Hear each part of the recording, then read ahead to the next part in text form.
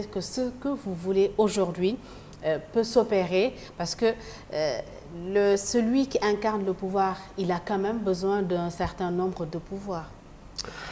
Alors, déjà, je me définis, mais pleinement comme un politique. Vous n'êtes plus activiste. Écoutez, Vous êtes dans l'activisme politique?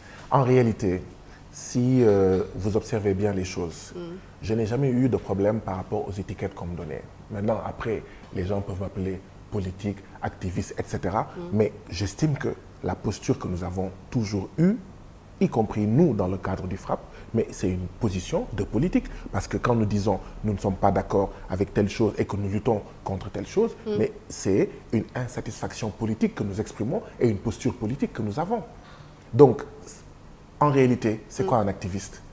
Ce serait tout simplement des femmes et des hommes politiques organisés dans des mouvements qui ne sont pas faits pour conquérir le pouvoir. Oui. En réalité, c'est cela. L'activisme, c'est la société civile en quelque sorte. C'est en tout cas des gens qui ont la possibilité et qui le font d'exprimer des positions politiques, de mener des combats politiques et non politiciens, mais dont les organisations ne sont pas faits, ne sont pas des partis politiques. Et en vous alliant en politique, est-ce que vous pouvez opérer les ruptures auxquelles vous aspirez? Encore une fois, je ne m'allie pas aux politiques. Vous êtes membre du PASTEF. Je suis membre du PASTEF déjà, donc je ne suis pas allié à des politiques. Parce que vous travaillez avec des politiques, vous êtes politique, c'est ça? C'est ça, je suis membre de PASTEF. Alors, Guy-Marius Sagna, corrigez-moi au besoin, continue-t-on à dire FRAPP, France dégage ou mouvement FRAPP tout court? Quelle est la différence? En 2017, on a lancé une campagne qui s'appelait pour la souveraineté monétaire France dégage, pour dire clairement que nous voulons notre indépendance, notre souveraineté monétaire, parce qu'aucun pays ne peut se développer sans souveraineté. Pour exprimer cela et dire que la France doit sortir de nos affaires monétaires, pour la souveraineté monétaire, France dégage. En 2018, nous avons dit quel nom est-ce qu'on va donner à notre organisation. Certains voulaient qu'on donne à notre organisation le nom de France dégage. D'autres ont dit non, France dégage, c'est trop restrictif. Parce que aussi, nous luttons contre les politiques du FMI et de la Banque mondiale. Nous luttons contre les politiques de l'OMC. Nous luttons contre les politiques néolibérales. Nous luttons contre les accords de pêche, qui sont des accords de pêche qui privent nos pêcheurs de poissons et qui les condamnent à être des passeurs dans le cadre de l'immigration irrégulière. C'est là qu'on a trouvé le nom de Front pour une révolution anti-impérialiste populaire et panafricaine.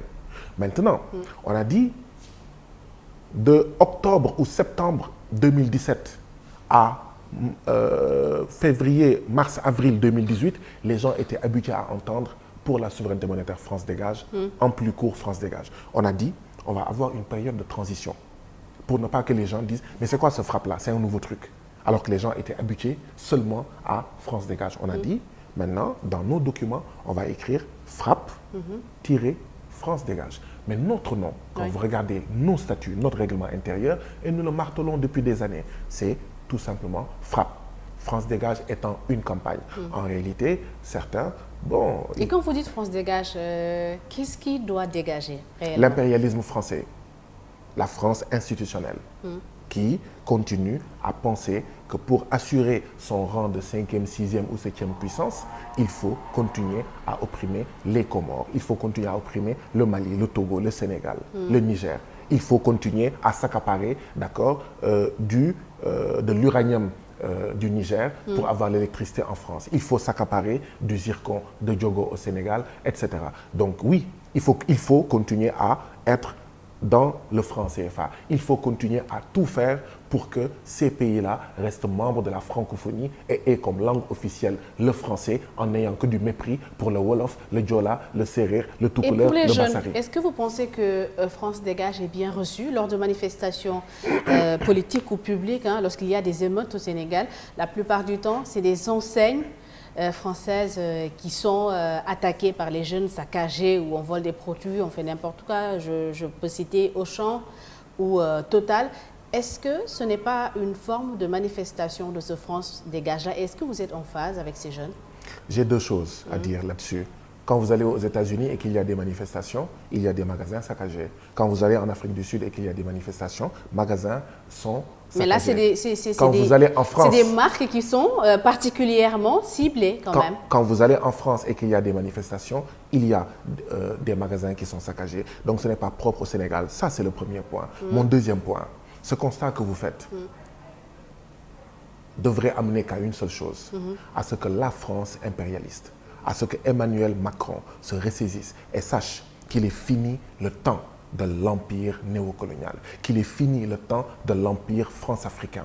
La rue africaine, les jeunes Africains ne veulent plus être gouvernés comme avant. Ils ont intérêt d'ailleurs à ne pas s'immiscer dans nos débats internes. S'ils ne peuvent pas dire la vérité dans le cadre de la candidature du président Macky Sall, en lui disant tout simplement qu'il n'est pas candidat, qu'ils s'abstiennent de s'immiscer dans nos affaires en soutenant Macky Sall, en soutenant Ouattara, en soutenant Bongo. Ils n'ont qu'à se ressaisir pour savoir que nous ne voulons plus, nous, Africains, continuer à être les chevaux de l'impérialisme français montés par le cavalier français. Donc ça vous fait rien que des jeunes s'attaquent aux magasins Auchan et autres?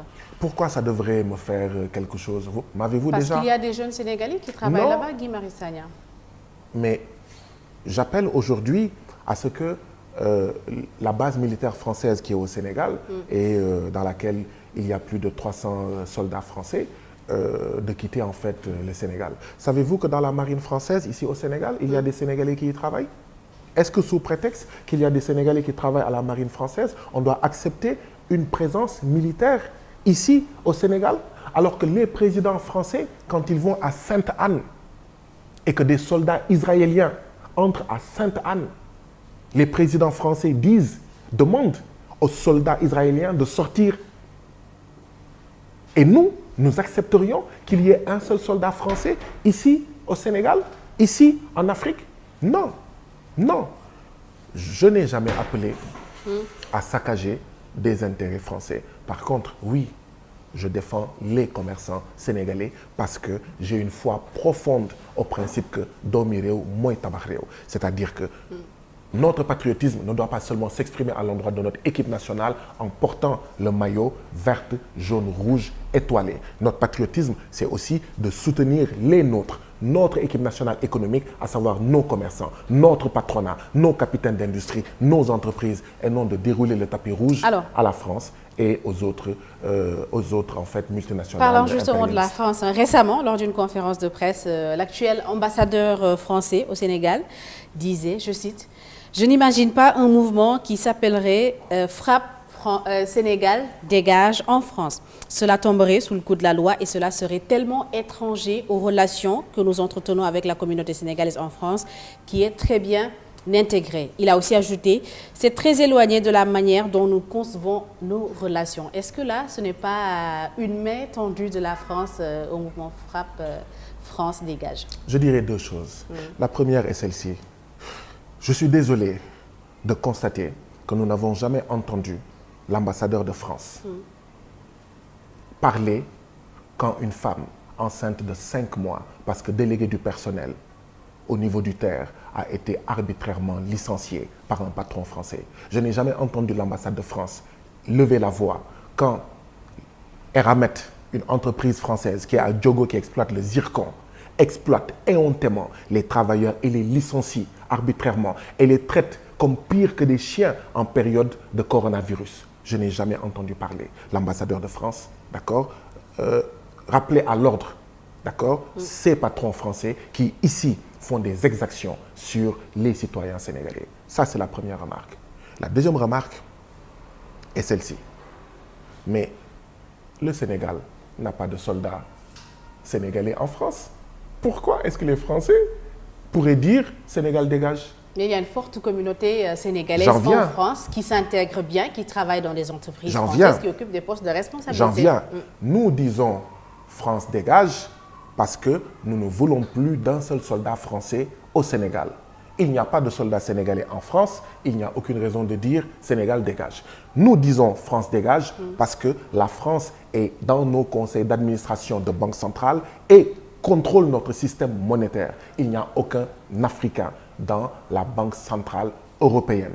Oui, Le Wolof n'est pas la langue de travail en France. Le Serer, le Toucouleur et le Diola et le Bassari et le Djakhanké ne sont pas les langues officielles de travail en France. Donc, comment est-ce qu'on pourrait imaginer un mouvement qui dirait France dégage? La majeure partie des marchés publics en France ne sont pas donnés à des entreprises sénégalaises. Donc, comment est-ce qu'il pourrait y avoir un mouvement en France qui dirait Sénégalais dégage? Oui, nous disons la France impérialiste, la France néocoloniale, la France africaine qui considère la Côte d'Ivoire comme la vitrine économique de la France-Afrique, qui considère le Sénégal comme la vitrine politique de la France-Afrique. Cette France-là qui continue à nous exploiter avec la complicité du président Macky Sall, de Ouattara, de Bongo, de Patrice Talon, etc., cette France-là, ce néocolonialisme-là doit dégager. Oui, nous voulons des relations avec tout le reste du monde. Attention, Madame Fall, nous ne prenons pas l'autarcie. Ce que nous disons, c'est que nous allons transformer radicalement les relations entre l'Afrique et le reste du monde. Bien, alors,